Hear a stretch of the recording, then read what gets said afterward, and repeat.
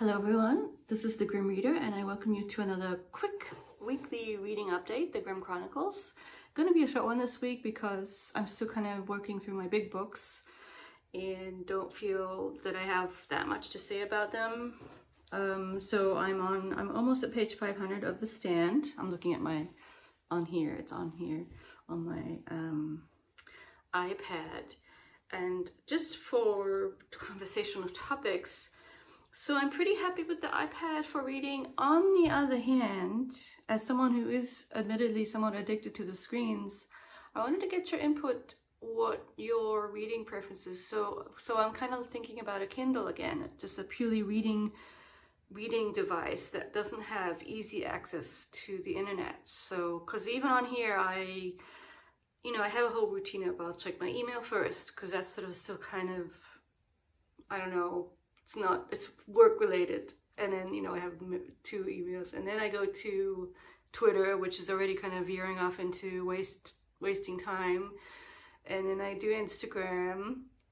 I do like Instagram, especially my stationary Instagram. It's soothing somehow. Twitter can be kind of, it's good, but, and then it gets really bad because then YouTube, which is that bad.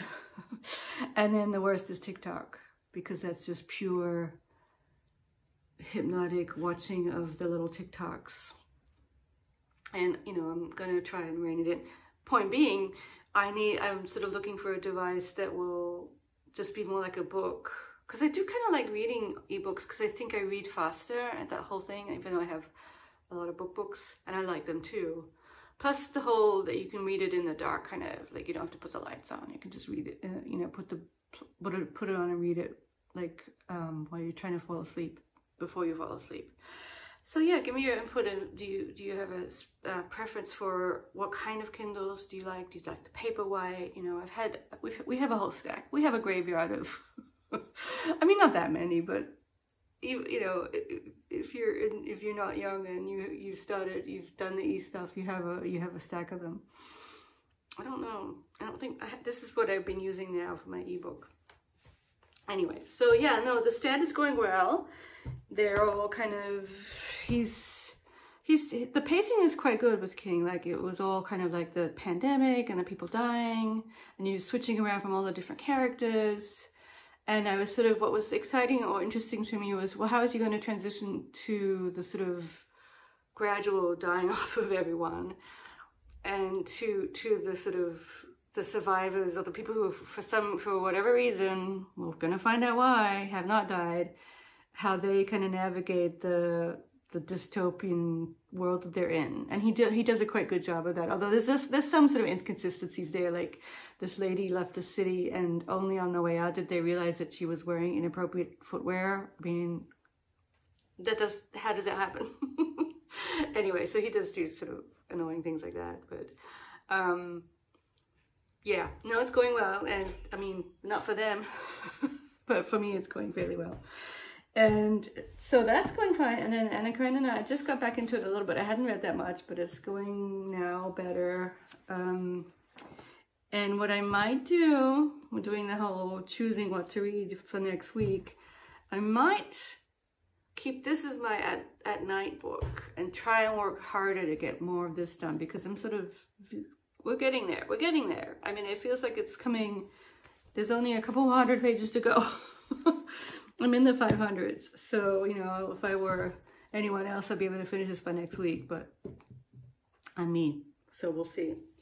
And then, so those are the 2 big ones. And then the one that I have started, it's a short read, but, I'm struggling with these other big books, is the Memoir by Christina Thompson. I'm pulling it up on my thing right here. Sorry to be looking down from you guys. And I want to get the title right because I got it wrong last time.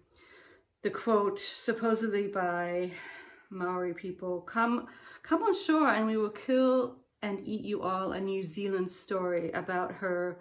So it's an interweaving, it's a memoir of her own life and meeting her husband, Seven, a Maori man. And let's see if I can show you the cover without having to blend it in.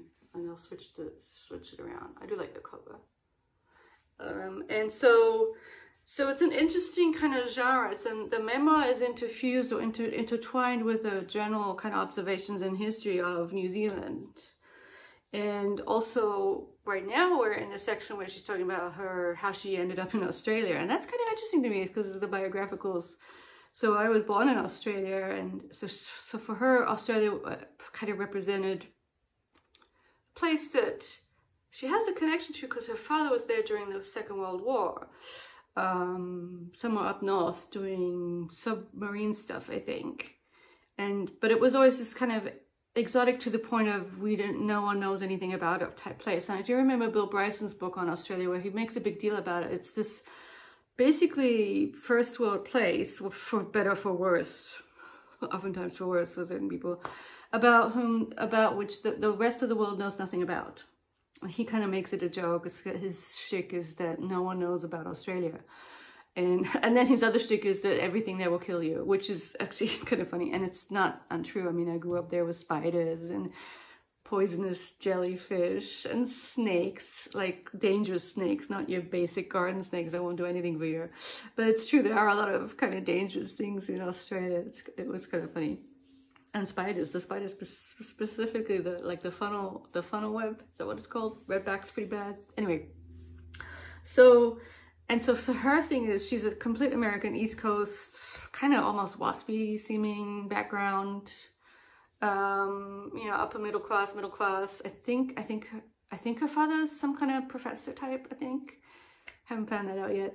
And so she ends up in Australia because she kind of admits to us, the reader, that she's a romantic and that she's interested in adventure, and she liked Sir Walter Scott stories. And of course that reminds me a lot of my mother, who was a New Zealand lady who was, in retrospect, when I was reading about Christina, she was also romantic. And you know what, maybe I am too, except I studied German romanticism kind of in a different way. But so the love of adventure, and kind of perhaps an oversimplified or naive, but it's enough, it gives you this impetus to go forth into the world. Maybe when you need a kind of naive, oversimplified, I don't know what it is. And so what I would say is, I'm going to push back against the negative reviews because I think she's a good writer.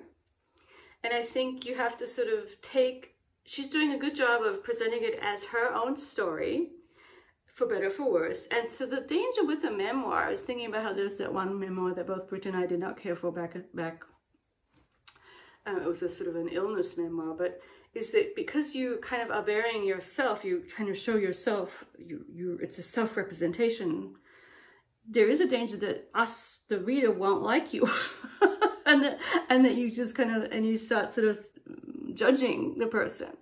And I think she does a good job of, she kind of is open and honest as to what she is and what she's about. And so that in the beginning, there's this one little episode where she's sort of, it's a little bit sort of, she's treading on thin ice a little bit, where she extrapolates from her first encounter with her Maori husband that she obviously fell in love with, as a sort of metaphor for the first encounters of the Europeans with the Maoris, which is a bit eye-rolly. But she sort of goes on and explains how, of course, she knows what she's doing, but that was how it seemed to her in the moment, that she had this sort of image of, that this is sort of what was going through her mind, however limited that was. And she kind of admits that it was limited. And I know that some people were sort of commenting specifically about how silent Seven is in the book, which, it's her book. I mean, it's her story. It's not his story. It's her story of, and also the fact that there seems to be like a romance, and you know what? I kind of like that. I like that she's sort of quiet about the lovey-dovey stuff, but they're obviously together as a unit, and they move in together. He comes to Melbourne. She does sort of perhaps romanticize her husband as this person who is always at peace with the world and with the world around him in a way that she is not, and no one else seems to be. So there is perhaps a little bit of, I mean, she's presenting him in a certain way, but I'm not, it doesn't seem like he's, there's perhaps a little bit of, is he the Maori that has to represent all the Maoris? I'm not getting that at all. I mean, not really. I mean, we're still pretty much at the beginning, but I kind of like how, even though she's not emphasizing how her warm, lovey-dovey feelings for this person, the fact that this sort of matter-of-factness, I think, seems realistic. And it's also how she's describing their relationship. And from what I can tell, they're still together, they have kids, wonderful, 3 sons. So, I'm not sort of offended by it at all. And I think she's a good writer. So it's almost as if you have to kind of just take it for what it is. And one thing I wanted to point out that one of the works that seems to have affected her a lot, and which I also keep recommending to everyone, is Patrick White, the Nobel Prize winning novel about based on an actual German explorer to Australia. And she also really, this is a pivotal work for her too, in her kind of figuring out her romantic notions of Australia. And even here, she kind of doesn't emphasize what I thought was the best part of the book, which is the romantic relationship at its core, or love relationship. But, that's fine. I was so excited that she spends quite a bit of time kind of summarizing the book, which is, a little bit like you summarizing someone else's book in your own book. It's fine, because it represents something to her and for her. So, of course, that made me even more of a fan of the book. So, yeah. And I'm enjoying it. And I think I made the right choice to go with the memoir first, and maybe I will move to see people that everyone else has read first, or a lot of people on the booktubes have read first. So, yeah, that's where we're at. I don't think anything new is happening or will happen, although you never know with me. Amidst all this book sorting, but we're slowly going into getting ready to teach again. So yeah, that's gonna be all new and different. Anyway, I hope you're all doing well. Sorry for the shortness of this, but that's how it is for this week. And I will chat with you one of these days, maybe before Wednesday. Otherwise, on Wednesday again for the next installment. Hope you're having a whole good time, good reading, and I'll talk to you soon. Bye-bye.